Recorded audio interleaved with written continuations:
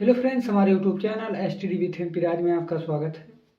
Friends, आज हम पढ़ने वाले हैं महाकुंभ मेले पर निबंध, जो क्लास 10th और 12th के लिए बहुत ही महत्वपूर्ण निबंध होने वाला है, क्योंकि इस साल पूछने का 100% चांस है। तो चलिए फ्रेंड्स, हम आपको बताते हैं कि किस प्रकार आप महाकुंभ मेले पर निबंध लिख सकते हैं। तो हम आपको बहुत ही सहज व सरल तरीके से बताएंगे लिखने के लिए।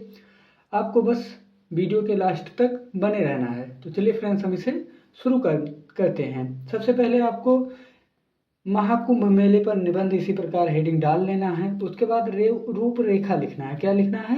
रूपरेखा। और उसके अंदर हमें लिखना है प्रस्तावना। दूसरा नंबर लिखना है महाकुंभ का महत्व, यानी महाकुंभ का महत्व क्या है। तीसरा नंबर लिखना है महाकुंभ का आयोजन। और चौथा नंबर लिखना है महाकुंभ में क्या होता है। और पांचवा नंबर लिखना है उपसमाहार। इसी प्रकार सबसे पहले आपको रूपरेखा में इतना लिख लेना है। और जो पहला रूपरेखा में लिखे हैं प्रस्तावना, उसी को हमें हेडिंग डालना है। क्या डालना है? प्रस्तावना। और प्रस्तावना हेडिंग डालकर हम लिखेंगे, इसके अंदर हम लिखेंगे, प्रस्तावना के बाद लिखेंगे महाकुंभ विश्व का सबसे बड़ा धार्मिक स्थल है। यानी जो महाकुंभ है वो विश्व का सबसे बड़ा धार्मिक स्थल है, जो भारत देश के उत्तर प्रदेश राज्य में स्थित है। यह भारत के 4 पवित्र स्थलों प्रयागराज, नासिक, हरिद्वार और उज्जैन में 12 वर्षों के अंतराल पर आयोजित किया जाता है। यानी जो महाकुंभ है वो 12 वर्षों के अंतराल के बाद आयोजित किया जाता है। यह एक ऐसा आयोजन है जिसमें लाखों भारतीय और विदेश के लोग सम्मिलित होते हैं। यानी जो महाकुंभ है इसमें लाखों भारतीय और विदेश के लोग भी क्या होते हैं? सम्मिलित होते हैं और अपने जीवन को मंगल में बनाते हैं। फ्रेंड्स, अब हम दूसरा हेडिंग जो डालेंगे वो रहेगा महाकुंभ का महत्व। क्या रहेगा? महाकुंभ का महत्व। इसमें हम लिखेंगे महाकुंभ का धर्म महत्व, यानी महाकुंभ का धार्मिक महत्व बहुत गहरा है। हिंदू धर्म के अनुसार देवताओं और दानवों ने समुद्र मंथन के दौरान अमृत निकाला था। यानी जो देवता और दानव हैं वो समुद्र मंथन के दौरान क्या निकाले थे? अमृत निकाला था। इस अमृत की कुछ बूंदें इन 4 स्थानों पर गिरी थी। यानी जो अमृत की कुछ बूंदें थी वो इन 4 स्थानों पर गिरी थी। यानी अभी हम पीछे पढ़े हैं ना प्रस्तावना में, जैसे प्रयागराज, नासिक, हरिद्वार और उज्जैन, इन्हीं 4 स्थानों पर क्या हुआ था? अमृत के बूंदे गिरे थे। मान्यता है कि इन स्थान पर स्नान करने से पाप का नाश होता है। और कहा गया है, क्या कहा गया है? कि इन स्थानों पर स्नान करने से क्या होता है? पापों का नाश होता है, मोक्ष प्राप्त होता है। और मोक्ष भी क्या होता है?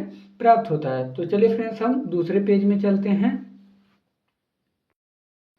तो अब हम अगली हेडिंग डालेंगे महाकुंभ का आयोजन। क्या डालेंगे? महाकुंभ का आयोजन। और इसमें लिखेंगे महाकुंभ का आयोजन ज्योतिषीय गणनाओं के आधार पर किया जाता है।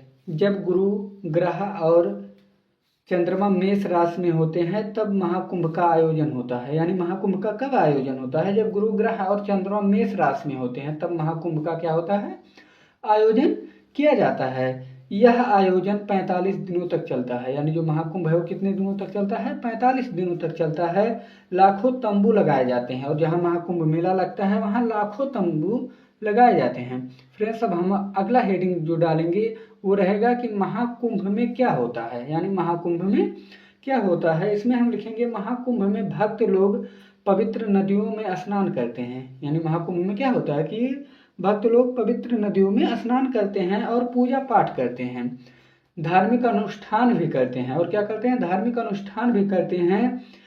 इसके अलावा यहाँ अनेक प्रकार के सांस्कृतिक कार्यक्रम भी आयोजित किए जाते हैं। यानी जो महाकुंभ है वहाँ अनेक प्रकार के सांस्कृतिक कार्यक्रम का भी आयोजन किया जाता है। फ्रेंड्स, अब हम लास्ट हेडिंग डालेंगे जो रहेगा उपसंहार। क्या रहेगा? उपसंहार। इसमें हम लिखेंगे महाकुंभ भारत की धार्मिक और सांस्कृतिक विरासत है। विरासत का एक अनमोल खजाना है। यानी जो महाकुंभ है वो भारत की धार्मिक और सांस्कृतिक विरासत का एक अनमोल क्या है? खजाना है। यह एक ऐसा आयोजन है जो लाखों लोगों को एक साथ लाता है।